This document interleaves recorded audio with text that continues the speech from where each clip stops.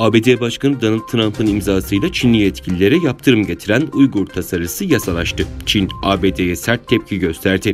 ABD'yi tasarıdan vazgeçmeye çağıran Çin Dışişleri Bakanlığı, aksi halde bu durumdan doğacak tüm sonuçlara ABD katlanmakla yükümlüdür açıklaması yaptı. Trump'ın Uygur İnsan Hakları Yasasını onaylamasından sonra Çin medyası adeta çıldırdı. Tüm kanallar ABD'yi yolsuzlukla utanmadan Çin'in iç işlerine karıştı diyerek Çin Komünist Partisi'nin Doğu Türkistan politikasına saygısızlık ettiği iddiasıyla derhal geri adım atmaya davet ederken bunun ağır sonuç getireceğiyle tehditler yağdırdı. Doğu Türkistan Kültür ve Enformasyon Merkezi Başkanı Karakaş, Çin hükümeti ve medyasının utanmaz ve tehdit edici tepkisinin bir kez daha Çin'in gerçek yüzünü gösterdiğini söyledi.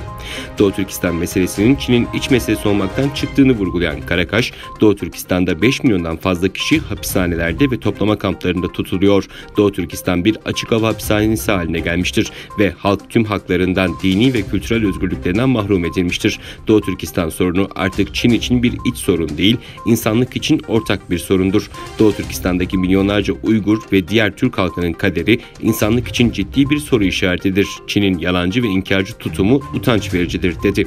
ABD'nin Uygur İnsan Hakları Yasasını resmen yasalaştırmasını memnuniyetle karşıladıklarını belirten Karakaş, Türk ve Müslüman dünyasına bir kez daha hitap etti ve Doğu Türkistan halkı Türktür. Doğu Türkistan halkı Müslümandır ama bugün Türk ve Müslüman dünyaları Çin'in ekonomik çıkarları tarafından aldatılmakta ve bir ulusun, bir kültürün ortadan kaybolmasına sessiz kalmaktadır. Bu acı bir gerçek ve bir utançtır ifadelerini kullandı.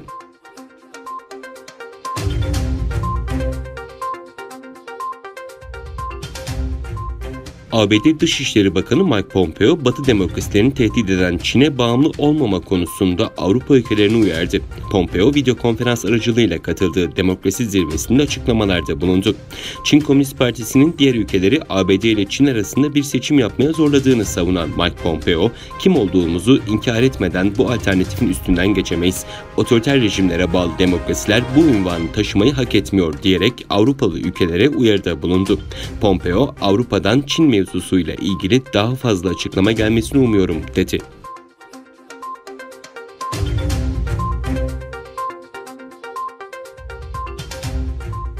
ABD Başkanı Trump, Uygur İnsan Hakları Yasa tasarısını onaylayarak resmi kanun haline getirdikten sonra dünyanın çeşitli ülkelerindeki Uygurlar bunu memnuniyetle karşıladı. ABD hükümeti, ABD meclisi ve tüm ABD halkına şükranlarını sundu.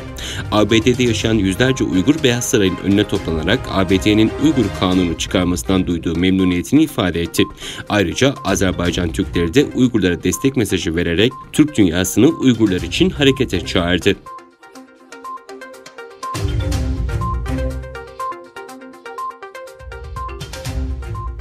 Birleşmiş Milletler İnsan Hakları Yüksek Komiseri, Hong Kong'da tartışmalı yeni güvenlik yasasını yakından takip ettiklerini belirterek Çin'e uluslararası insan hakları yükümlülüklerine tam olarak uyması çağrısında bulundu. Komiser yazılı açıklamasında Çin'in hükümet karşıtı gruplarla mücadeleyi güçlendirmek için çıkarmak istediği Hong Kong Ulusal Güvenlik Yasası hakkında uyarılar yaptı.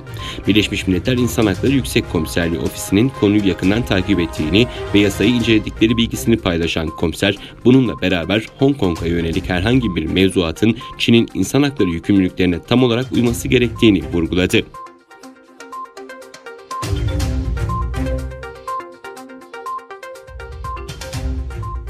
Dünya Sağlık Örgütü'ne göre 19 Haziran Çin'de ortaya çıkan yeni tip koronavirüs salgınının başladığından bu yana en yüksek günlük vaka sayısına ulaşıldı. 150 bin kişi enfekte oldu.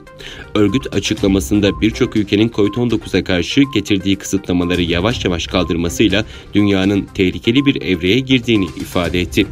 Dünya Sağlık Örgütü Genel Direktörü Tedros Adhanom dün yaptığı basın açıklamasında insanların evde kalmaktan sıkıldığını anlıyorum ama koronavirüs hala hızlı bir şekilde yayılıyor ve bu virüs hala ölümcül. Bu yüzden herkesin sosyal mesafe kurallarına uyması gerekiyor diyerek uyarıda bulundu.